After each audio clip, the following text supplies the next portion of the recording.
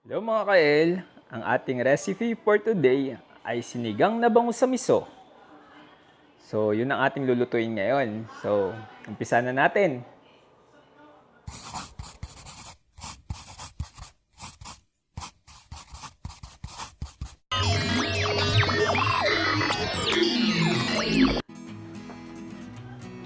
So, ang ating pangunahin na kailangan ay bangus.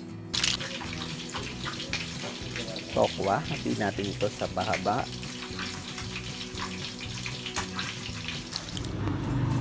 Kailangan natin ng sigarilyas, sili na pasigang, kamatis. Kailangan din natin ng mustasa.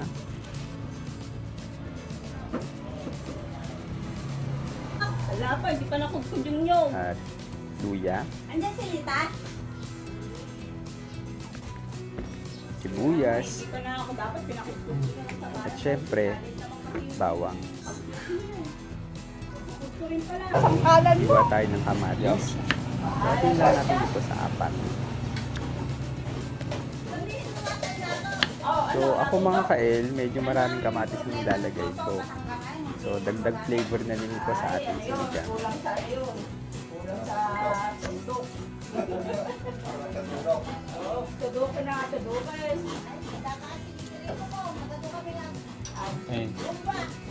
Next natin, yung sigarilyas.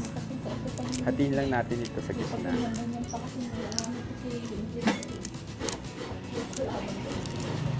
Sira. Basta ganito yung mangyayari. Hatiin yung sa gitna. Akala ko naman yan. Spaghetti kakainin ko sa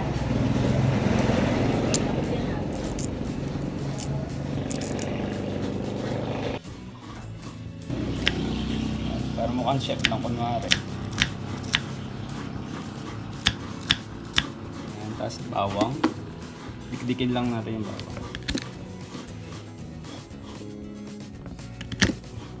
Okay.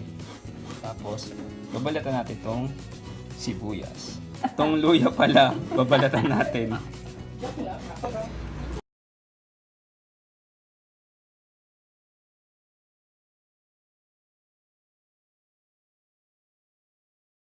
So mga kael, need natin ng sinigang na may miso recipe mix ng Knorr. Pero kung meron tayong makikita na miso sa palengke na natural, much better. Kailangan din natin ng mantika. So prito na natin ang bangus.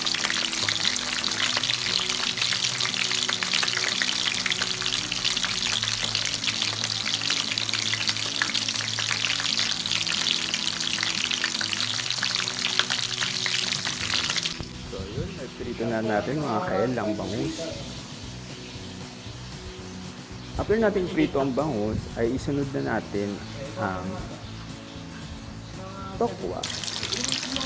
So ayan mga kael, ang hiwa natin sa tokwa ay pahaba para mas madali natin siyang maiprito at mahiwa natin sa mas maliliit pang peraso mamaya.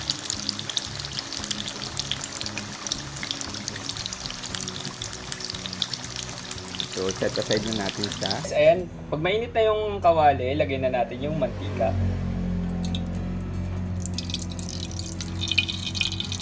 Ayan. Pag mainit na yung mantika, lagay na natin yung bawang at sibuyas.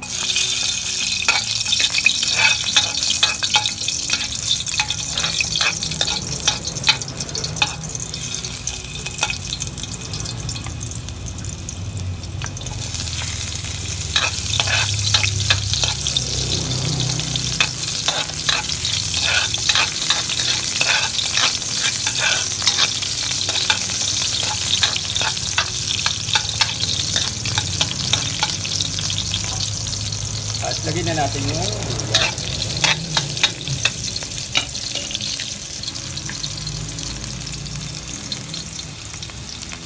Golden brown na yung sibuyas at bawang, lagyan na natin yung kamatis.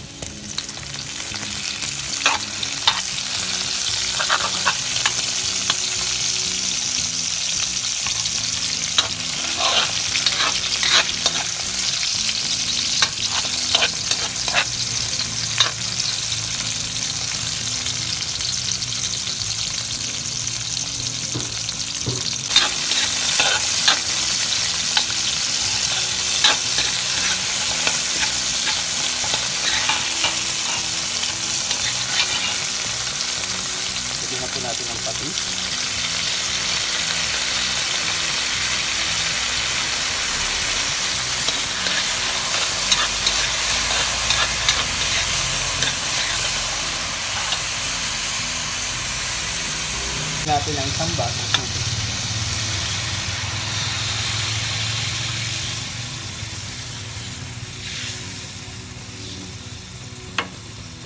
Pwede na natin ilagay ang bangus. So, prinito na po natin kanina yung bangus.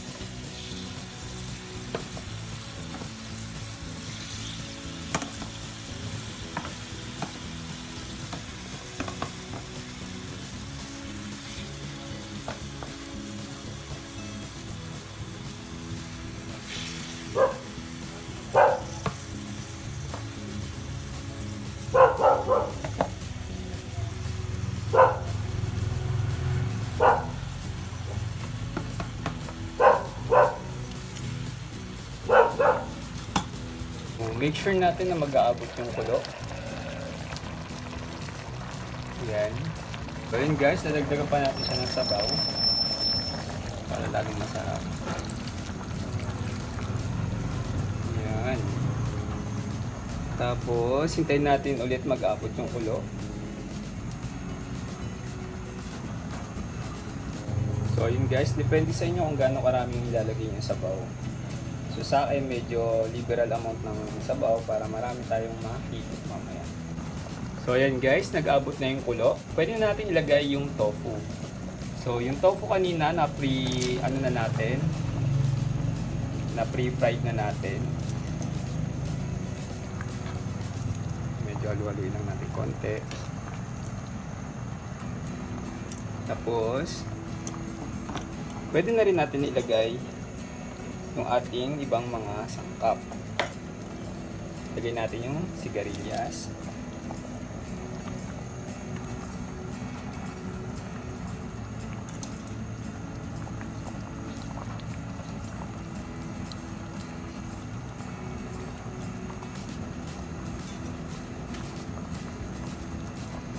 Lagay natin yung naiwang kamatis kanina.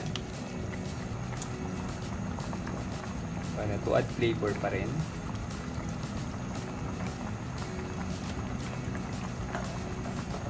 Ayan. At mamaya-mayang konti, pwede na natin ilagay yung dahon ng mustasa. Tayo muna natin na maluto yung ating sigarilyas. Pwede na natin ilagay yung dahon ng mustasa. Madali lang naman siya maluto, so ibablanch lang natin. Medyo lumambot lang siya ng konti. Para andun pa rin yung lasa niya, hindi mawala. At the same time, hindi mawawala yung sustansya niya.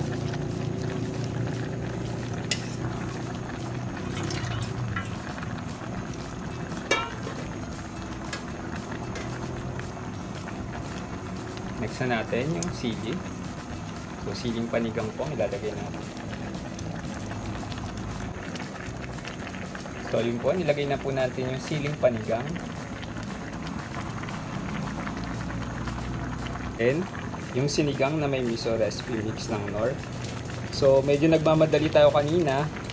Kaya hindi tayo naka-ikot at nakabili ng miso talaga na original miso.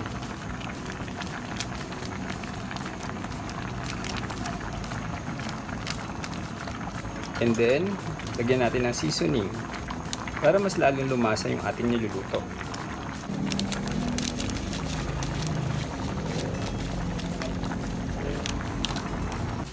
So, ayun guys, luto na ang ating bangus sa sinigang sa miso. Take 2. So ayun guys, luto na ang ating bangus na sinigang sa miso. So guys, for more sulit tips and ano pa nga ba? Affordable recipe. Affordable recipe. So just follow my YouTube channel. So click like, subscribe, and hit the notification bell para updated kayo sa mga susunod ko pang video. Maraming salamat! Kain na!